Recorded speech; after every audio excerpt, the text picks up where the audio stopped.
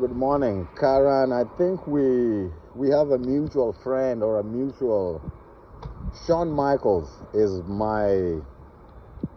Somehow we're related through my mom's side of the family, and Shawn Michaels is the one who forwarded your contacts to me. Thank you so much for reaching out to me and for asking what you can do to help. I really believe and I think that our country is possible and capable of a lot. As I've mentioned to you, I'm the son of a farmer in Kenya who, by the grace of God, got lucky enough to come to the United States.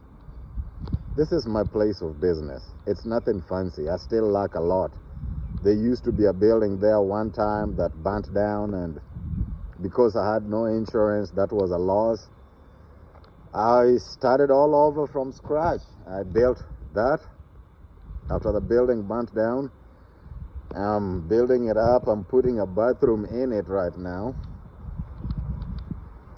This is going to be my office and my work area eventually.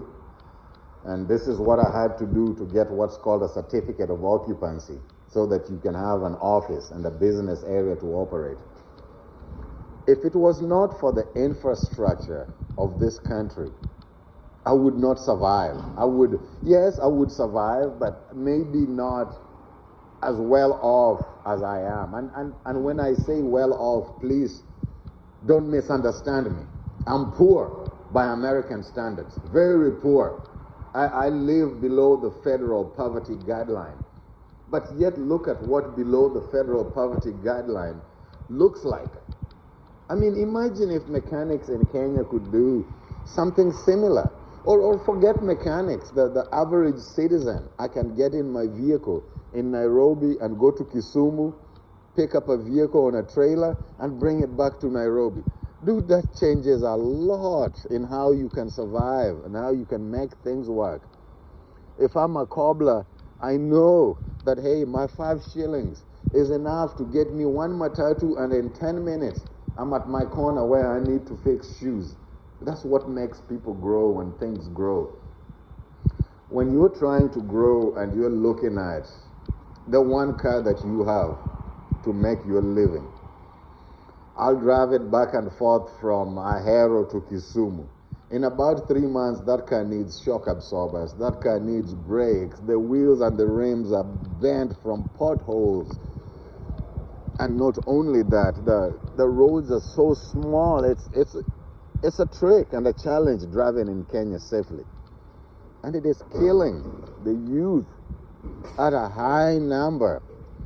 Most people in Kenya, about my dad's age, about 70 and above, are healthy. They survived the AIDS pandemic.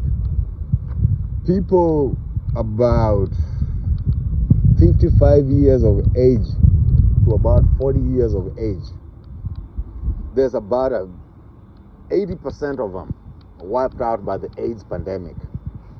The youngsters between the age of 18 and 30 are being killed daily on road accidents. Not 1, not 2, but 18 at one time, 12 at one time. So where are we going to, and where are we growing, and where is our future if the youth and the young are dying on the road?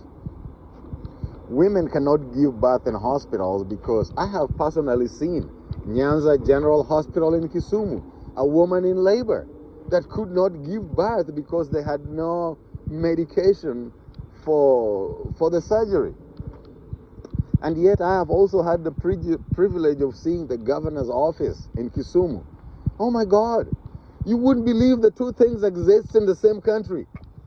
So there is money in Kenya to grow and develop and do what we need to do.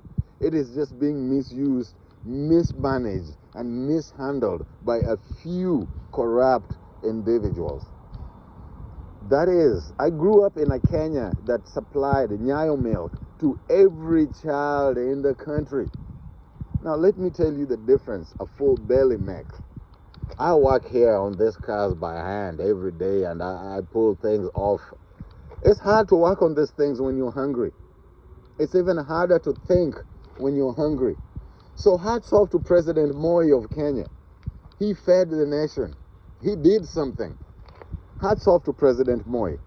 And forget all these other criminals and crooks who have come behind him and corrupted and plundered the nation.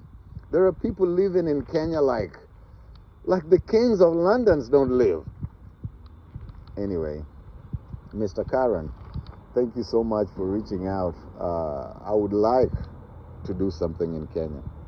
It's simple. I don't want violence. I'm totally against violence. I do not like or do not propose the destruction of property and the wanton and unnecessary killing left and right. But when enough is enough, enough is enough, and it's got to get to a point where we have to make a change. Whether we do it willingly by ourselves or it is forced upon us. I think Kenya is at the point where something has to change, and we either take the initiative or let circumstances force us